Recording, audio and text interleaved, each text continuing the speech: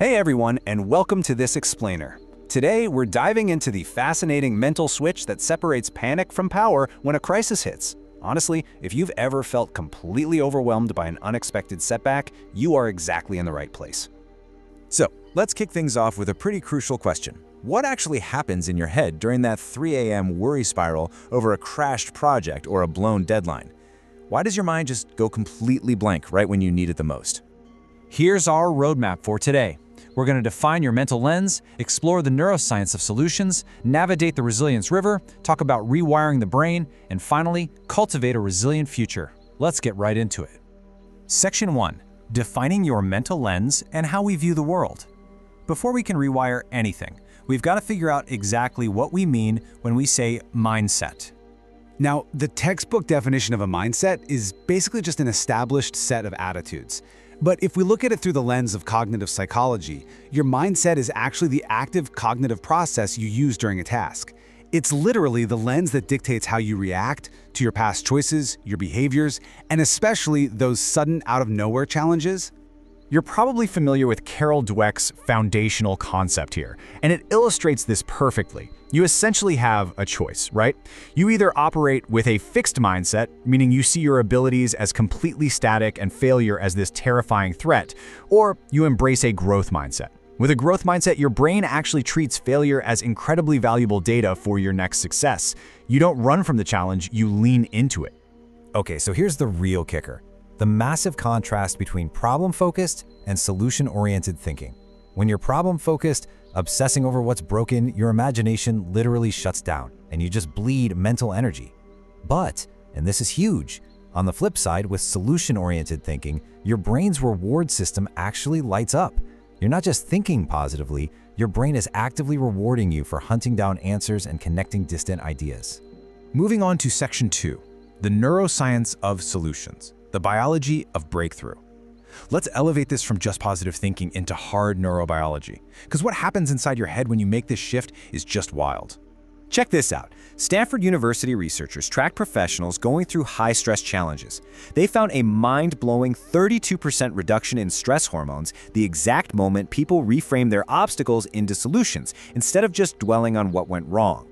And it gets better. A study in the Journal of Creative Behavior saw a massive 47% spike in novel ideas when people tackled constraints with a solution-focused mindset.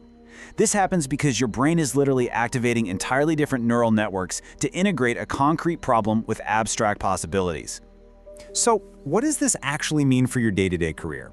Well, look at these numbers. Task performance shoots up by 28% when you reframe problems. And even more importantly, Harvard Business Review found that solution-focused professionals experience 64% lower burnout rates. You aren't burning out because you're channeling your energy into building what's next, rather than just fighting reality. Here's why this works. When you treat a problem like a solvable puzzle, your prefrontal cortex just gets flooded with dopamine, instead of those nasty, panic-inducing stress hormones. Your internal threat detection system quiets down, and your strategic thinking center takes total command. You literally become calmer and sharper at the exact same time. It's a total game changer. All right, Section 3. Navigating the resilience river, the vehicle for mental shifts. We know the biology is powerful. But how do we actively maintain that state when life inevitably gets rough? The answer is resilience. The American Psychological Association points out something really important here. Resilience is not some rare genetic superpower you're born with. It's an ordinary, totally learnable process. It's just a collection of behaviors, thoughts, and actions that help you adapt and bounce back from major adversity. I absolutely love this metaphor from the APA. Think of navigating life like taking a raft trip down a river. You are inevitably going to hit rapids, sudden turns, and shallows. Thriving on this river requires trusted companions, past knowledge, and just pure perseverance to stay afloat when the water gets choppy. Section 4. Rewiring the brain. and those 90 days to neuroplasticity.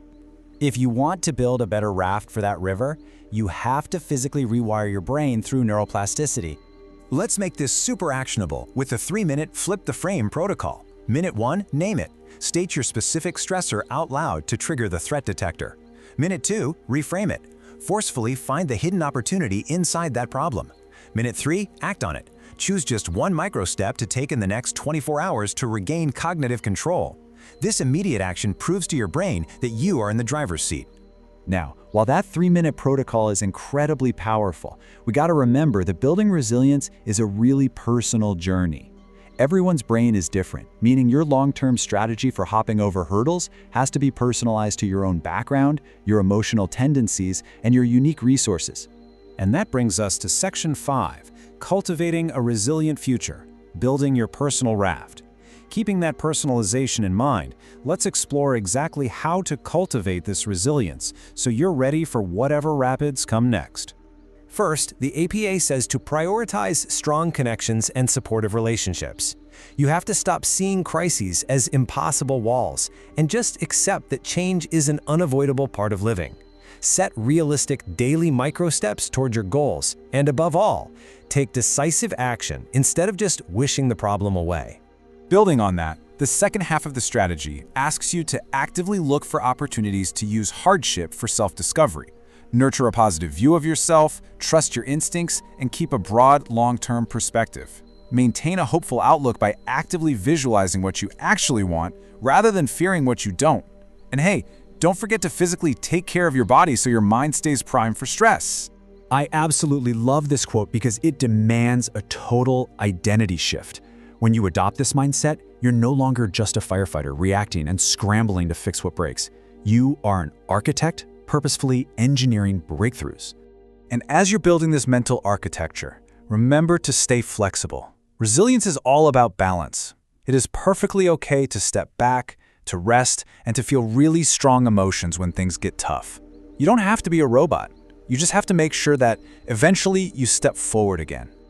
I'll leave you with this final, kind of provocative thought to take away today. When you hit your next set of rapids, and you will for sure, are you going to let the problem drown you, or will you step into the raft, flip the frame, and find the solution? The choice and that mental switch is entirely yours. Thanks so much for hanging out with me on this explainer, and I'll catch you next time.